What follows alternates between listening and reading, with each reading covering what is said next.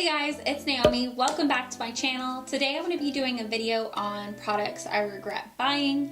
Please keep in mind that these products just may not have worked for me. These may work great for you, and that's awesome. I hope they work great for you. I hope you didn't spend money on something that you deeply regret buying.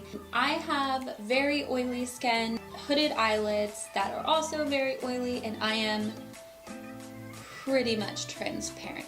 So please keep that in mind as you're watching my products I regret buying. And I hope you guys really enjoy. If you do, please leave a comment down below telling me you enjoy, as well as a thumbs up. And subscribe if you're new. Thanks. Okay, so the first two things I regret buying are both by Revlon. They are two foundations, the Revlon Colorstay Makeup for normal to dry skin, and the Revlon Nearly Naked. These are both in 110 Classic Ivory, and as you can see, they are kind of two different shades. This one is a little more yellow. I don't like these for two totally different reasons. Colorstay is very thick, very thick, and you can feel it on your skin. It transfers extremely bad, and it's not super blendable. I do like that it comes with a pump. That was very dirty. I'm not clean with my makeup, guys. I'm sorry. Don't judge me. Don't judge me. I do like that it comes with a pump though. It didn't work for me. It always on my nose rubbed off and on my chin rubbed off, as well as got everywhere all over my husband's shirt, which is not cool. I hated that. So this just didn't work for me. I think it retails for $10 or $12, so it wasn't a complete like, oh, why did I buy this? But I just didn't enjoy it, and I wouldn't buy it again. Nearly Naked I don't enjoy because it's not very full coverage. This is supposed to be a dupe of the Urban Decay Naked Skin Foundation. I will say I really did enjoy the Urban Decay Naked Skin Foundation for a while. I think I went through one whole bottle, but over time my oily skin was just like, hey, we're used to this now, get out of here. So I had to stop using it. But for me, this was just less coverage than the Urban Decay Naked Skin Foundation, so I just didn't really enjoy it. It also transferred really bad, came right off my nose within an hour, so I just didn't enjoy it. I enjoy full coverage foundations, so I think this one is $10 or $12 as well. So again, not a huge loss. I just wouldn't repurchase again. The next thing I want to talk about is the Urban Decay Naked Basics. This palette, it has 6 pretty neutral shades. They're cool toned. You'll see I hit pan on this one, which is called WOS. It was a good shade. It was just a plain peachy skin tone color I used right after my primer, just to set that primer in place to make my eyeshadows blend more easy. I don't necessarily regret buying this product because of the formula. I mainly regret buying it because of the price. The price of this palette retails for $29 for 6 shadows that are, like it says, basic. So I do regret buying it. I wish I just would have bought some single NYX shadows. They're all the same thing. You can find these pretty much in any brand. So I do not recommend buying this palette. If you love it, that's awesome. It just wasn't for me. I never reached for it, so that's why I regret buying it. Keeping with the shadow theme, the next thing I'm going to talk about is the Glitter Injections Pressed Glitter in Rose Gold. This is just a pink pressed glitter. I do think her glitters are beautiful. They're kind of like a gel consistency. You will see though it can be kind of patchy. You really have to blend it out. The main reason I regret buying this is because if you heard about the whole glitter injection scandal, mine suffered the same fate of growing mold around the sides, which just grosses me the F out. It's nasty. So I haven't used this since. Plus the formula kind of just falls all over my face and gets everywhere. That is with a glitter glue as well. You'll see that it transferred on top of this case. I just find that these get everywhere. So that's why I regret buying that one. I think they retail for $16 and you can purchase them off her website. They just weren't for me, and I do regret buying them. The next thing I'm going to talk about is 2 mascaras. The first one, everyone and their mother loves, but I absolutely hate this mascara. There is no mascara I hate more than this one, and I know that's very extreme, but my hate for this mascara is extreme, okay? This is the Too Faced Better Than Sex mascara. You'll see this is the one. It is a quite big wand that I find just kind of gets everywhere. The main reason I hate this mascara is it's everywhere. Like just normal day-to-day activities, this is all over my eyelid, all over here, all under my eye. It gets everywhere, and I've never had a mascara do that before, especially not an expensive mascara. I think this mascara is 20 something, 25, don't quote me on that, but I know it's around in the $20 range, and I think it's awful. It's just, I hate it. I know it does work for a lot of people, it just does not work for me. I don't think it works for most oily lid girls because the formula, like I said, gets everywhere.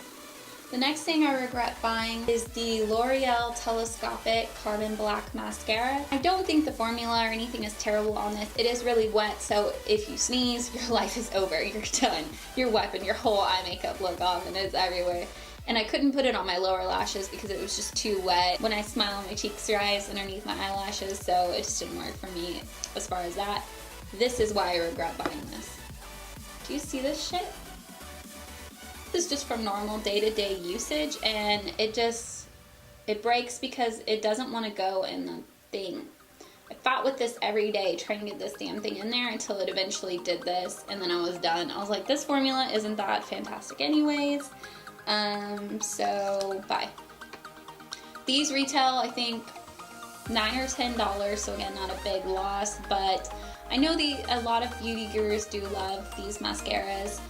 They're okay, don't get me wrong, it's just that they break really easy and they are really wet, so it's just not worth it to me. So, I regret buying it. The next two things I want to talk about are both from ColourPop. The first one is the ColourPop Liquid Lipstick in Stingray. The main reason I regret buying this is because if you see the bottle here, it looks very pretty, like it's going to be like a pinky, rosy type shade. But when you put it on, I don't think you can even tell how dark that is. It's more brown, like it's brown, dark, dark, dark. And on me, it's just not very flattering. I hate that about ColourPop. Their colors in the tube are so much lighter than when you actually put them on your lips. I hate that. But I also just am not a big fan of their liquid lipstick formula. I feel like it's very drying and kind of chalky. I know a lot of people really do love them, and they are very affordable, so kudos to them for that. It just doesn't work on my lips. I much prefer the Jeffree Star or Kat Von D liquid lipsticks. I feel like they're more nourishing and less drying, so pick your battles. I just didn't really like that one. I think it was $8. Don't quote me on that, but so it's again not a huge loss. I just wouldn't repurchase it again. The next one I regret buying is the ColourPop lipstick in Grunge. This is a matte lipstick. And the main reason oh shit.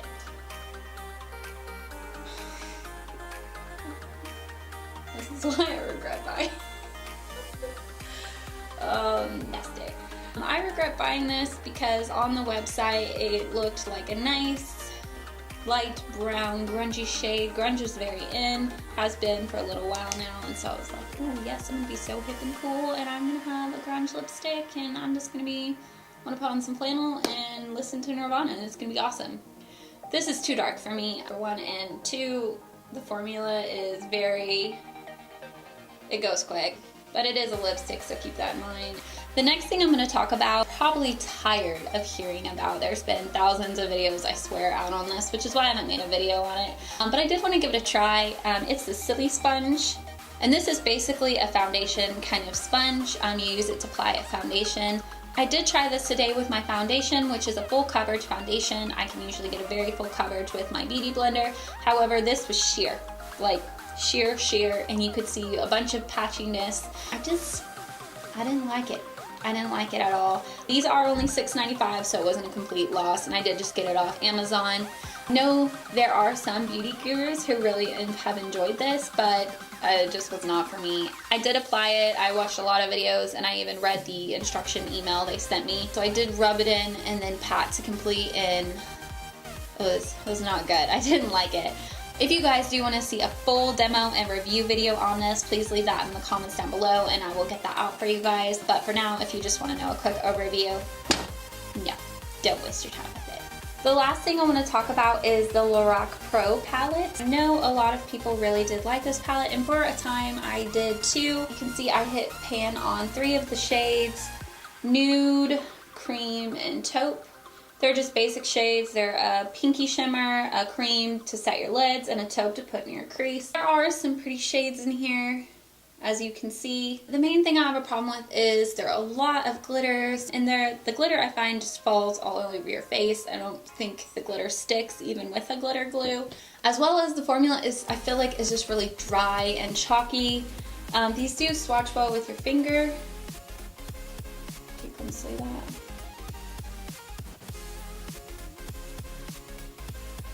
Just kind of patchy, and I feel like they're very dusty. They get all over your face and they come off your brush super quick, making it not very blendable. This palette is a little more on the expensive side. I think it's in the 30s or 40s. I'll leave the exact price down below.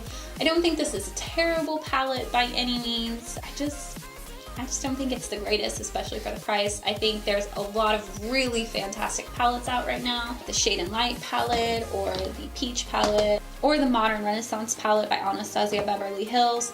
I just think for the money, buy one of those. Don't waste your money on this because it's very dry and very chalky. Okay guys, that's it for products I regret buying. Please keep in mind these just didn't work for me. These may have worked for you, and that's awesome. I am so glad. I hope you don't regret buying any of these products. If you do, or you use these and you have a great way of using them, please leave that in the comments down below. I'm always open to suggestions, as well as leave a comment telling me what videos you want to see up next. If you did like this video, please hit the like button down below, as well as subscribe. I put out videos every Tuesday, Thursday, and Saturday, so make sure and turn on your notifications so you don't miss those videos. Anyways, I hope you guys really enjoyed this video, and I hope you have a great day. Thanks. Bye! See, this is what I hate. This is why I regret buying this shit. Get in there. Get in there.